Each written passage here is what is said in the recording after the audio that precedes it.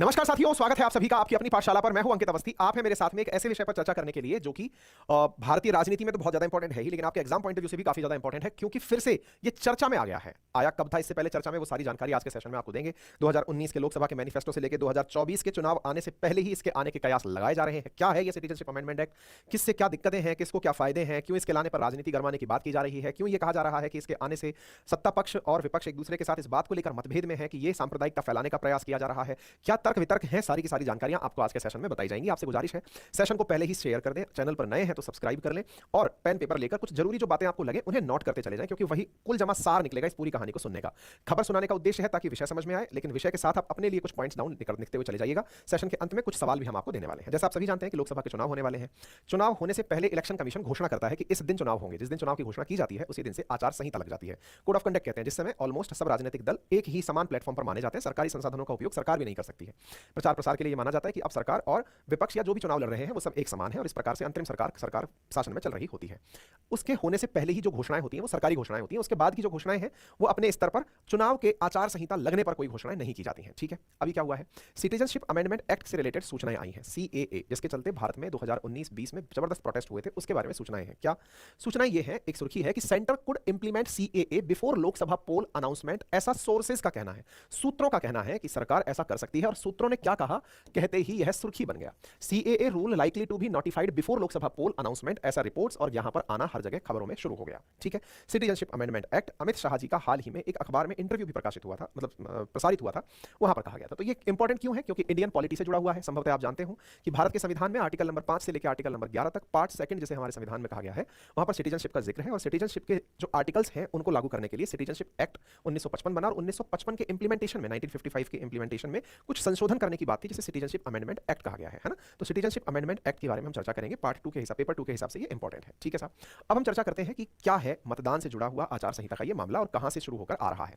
Citizenship amendment act, जिसे नागरिकता संशोधन अधिनियम कहते हैं, दैट मींस ऑलरेडी कोई ना कोई प्रोविजंस होंगे हमारे पास, उनमें कोई परिवर्तन हम कर रहे हैं। किन के लिए कर रहे हैं, क्या करने का प्लान कर रहे हैं। हम भारत में 3 देश, अफगानिस्तान, पाकिस्तान और बांग्लादेश, इन 3 देशों से आए हुए अल्पसंख्यकों को भारत की नागरिकता देने की योजना बना रहे हैं इस सीएए के माध्यम से। चूंकि एक्ट बन चुका है तो अब इसे योजना ना कहा जाए, अब इसे यह कहा जाए कि कानून का इंप्लीमेंटेशन होना बाकी है, कानूनी प्रावधान पूरा हो चुका है। नागरिकता संबंधी संशोधन लोकसभा और राज्यसभा के द्वारा राष्ट्रपति की अटेस्टेशन के थ्रू हो चुके हैं, है ना।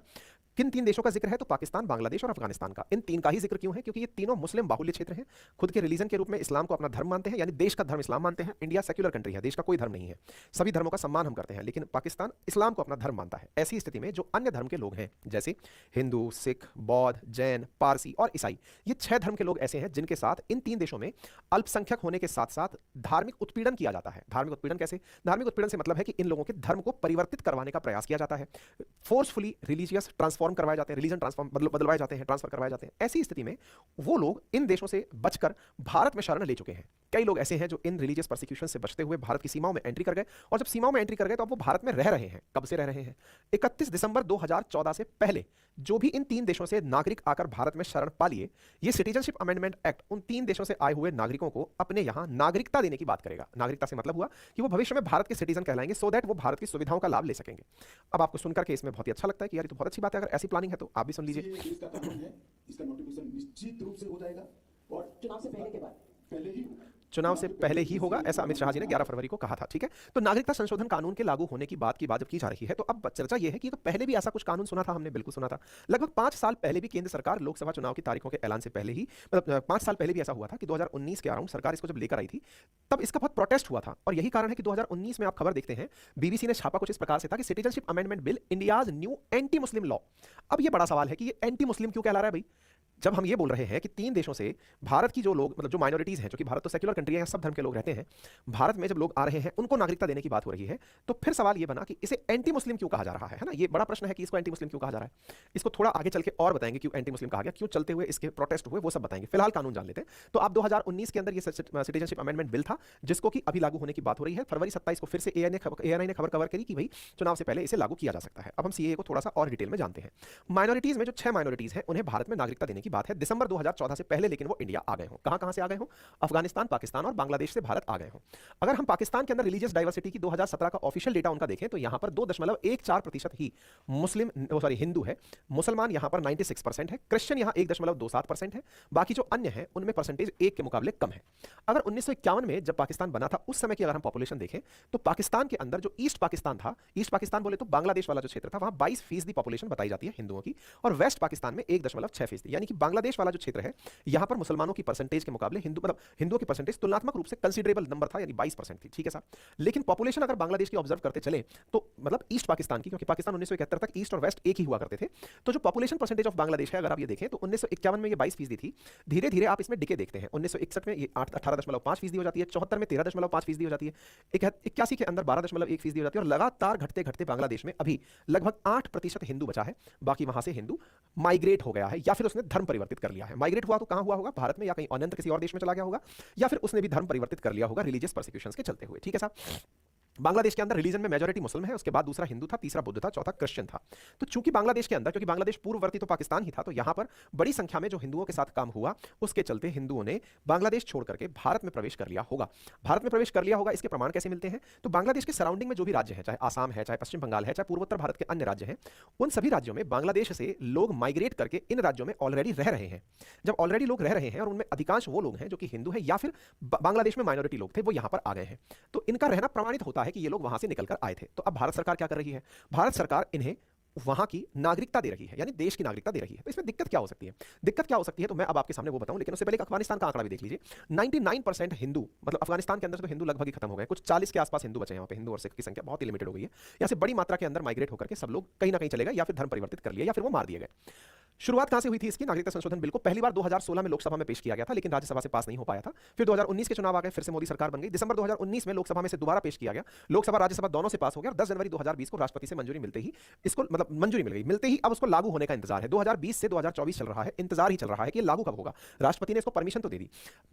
जब मोदी गवर्नमेंट दूसरी बार आई थी तब उन्होंने इसे अपने मैनिफेस्टो में डाला था कि हम एक बार तो नहीं कर पाए 2014 के चुनाव में, 2016 के अंदर हम इसको कराना चाहते थे, नहीं कर पाए, 2019 में जैसे हम सरकार बना के आएंगे तत्काल प्रभाव से ऐसा करेंगे, और उन्होंने आते ही किया भी इसे, राष्ट्रपति से पास भी करा लिया। लेकिन जैसे ही राष्ट्रपति से पास कराया, तुरंत जैसे आप यहाँ पे ये खबर देखते हैं कि 10 जनवरी की, कि भाई हाँ इस पर पास हो गया है, सरकार, राष्ट्रपति ने परमिशन दे दी है, तो इसके बाद देश भर में प्रोटेस्ट होने शुरू हो जाते हैं। देश भर में प्रोटेस्ट होते हैं और मुस्लिम लोग इसका प्रोटेस्ट करना शुरू करते हैं, और विशेष रूप से उन राज्यों में प्रोटेस्ट होना ज्यादा शुरू होता है जो बांग्लादेश के नजदीक है। तो अब ये बड़ा सवाल बनता है कि ऐसा क्यों हुआ सिटीजनशिप को लेकर के, और उस समय कोरोना का काल आ ही रहा था, तो प्रोटेस्ट उस समय पर क्यों हुए, किन किन को इसमें बाहर रखा है, पहले वो देखते हैं। तो देखिए, भारत के अंदर 3 देशों के मुस्लिम आते हैं, 3 देशों से अगर कोई लोग आए हुए हैं तो इनको तो परमिशन दे दी। मान लीजिएगा बांग्लादेश से चलकर के कोई मुसलमान ही भारत में आया हुआ हो, तो बोले क्यों ऐसा कह रहे हैं? बोले ऐसा इसलिए कह रहे हैं क्योंकि 1971 से पहले पश्चिमी पाकिस्तान पूर्वी पाकिस्तान के लोगों पर ज्यादतियां करता था। इस कारण से बड़ी संख्या में बंगाली मुसलमान भी भारत की तरफ आ गया था, यानी कि बांग्लादेश छोड़ के भारत आ गया था।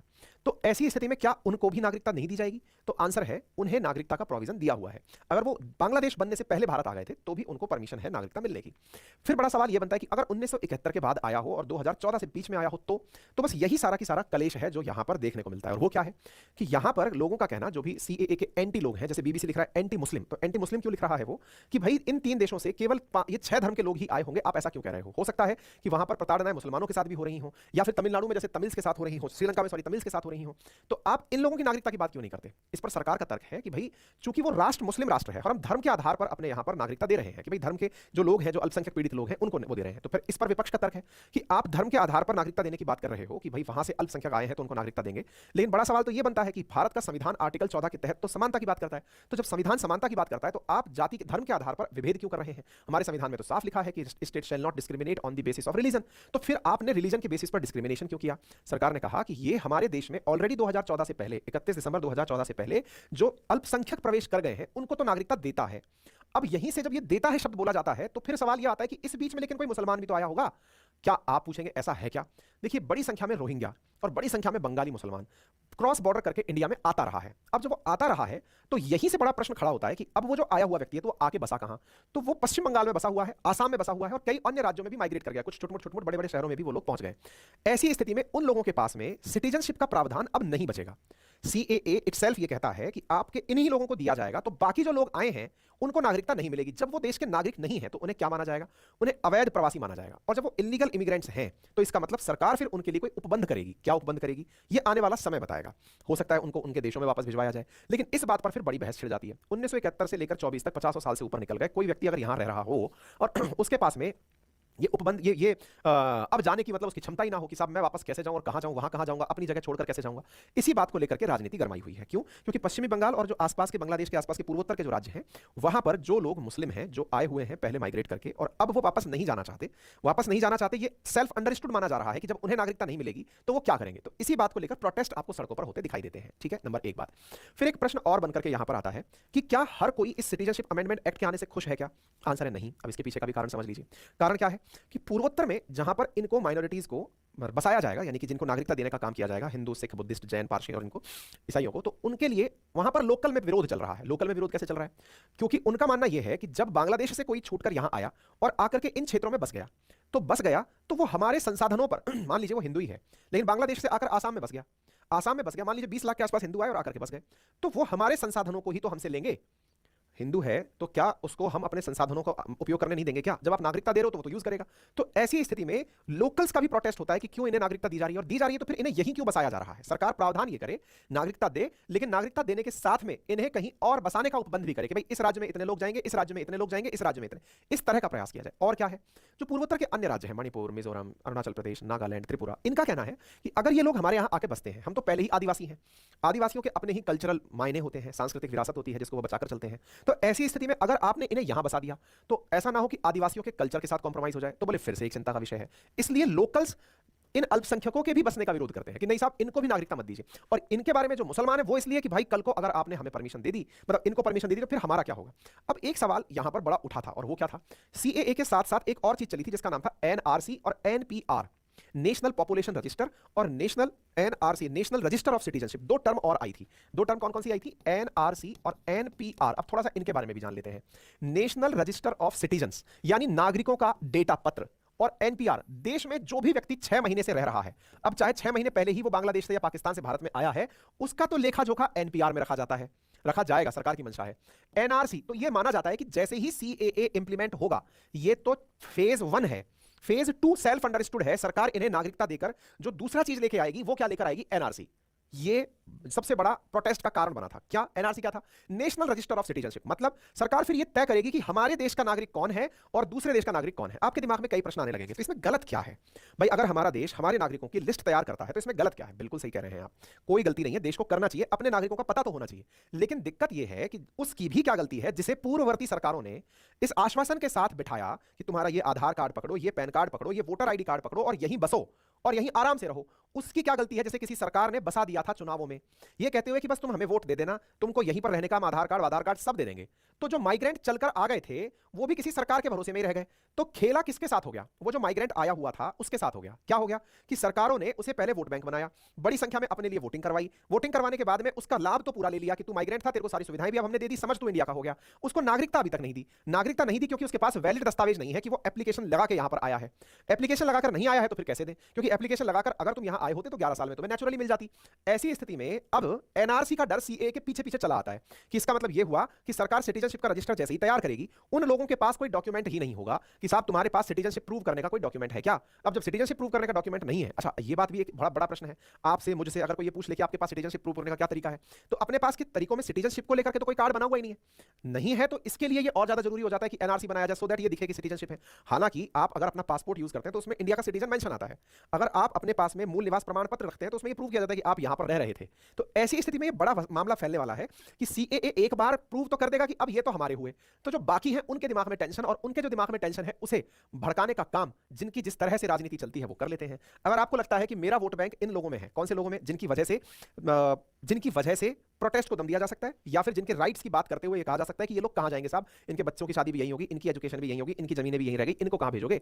तो ऐसी स्थिति में कुछ लोग इनके हो गए, कुछ लोग इनके हो गए, और बढ़िया से देश में चुनाव के समय पर माहौल बन जाता है। ठीक है, तो उम्मीद है कि अब आप लोगों को मुद्दा समझ में आ गया होगा। तो क्या था, कैसे था, ये मैंने अब आपको पूरी बात तो समझा दी है। कोई क्वेश्चन बचा नहीं होगा। सीएए एनआरसी समझा दिया, कंटेंट पूरा की पूरा क्लास पूरी होने के बाद आपको हमारे टेलीग्राम चैनल उस पर मिल जाएगा। एनपीआर सीएए एनआरसी क्या अंतर है ये बता दिया। अंकित अवस्थी सर वेरीफाइड अकाउंट है, और अंकित कुमार अवस्थी नहीं सॉरी जीके बाई अंकित अवस्थी के नाम से भी एक वेरीफाइड अकाउंट है टेलीग्राम पर, वहां पर आपको ये पूरा पीडीएफ प्राप्त हो जाएगा। ठीक है, तो डन हो गया, बाकी तो क्लियर है ना, मैं समझा चुका हूं ऑलमोस्ट सारी बातें। अच्छा, अब फिलहाल के लिए आपसे गुजारिश ये है कि आप में से जो भी साथी हमारे साथ वनडे एग्जामिनेशंस की तैयारी करना चाहते हैं, उनके लिए हमने एक नया चैनल उपलब्ध करा दिया है, और नया चैनल है अपनी पाठशाला वनडे एग्जाम के नाम से। जल्दी ही वहां पर सुव्यवस्थित तरीके से वनडे एग्जाम्स के लिए, चाहे वो रेलवे हो, चाहे बैंकिंग हो, चाहे पुलिस हो, जो भी हमारे पास सामर्थ्य होगा, सही कीमत, रीजनेबल कीमत पर आपके लिए क्लासेस प्रारंभ करने का प्रयास करेंगे।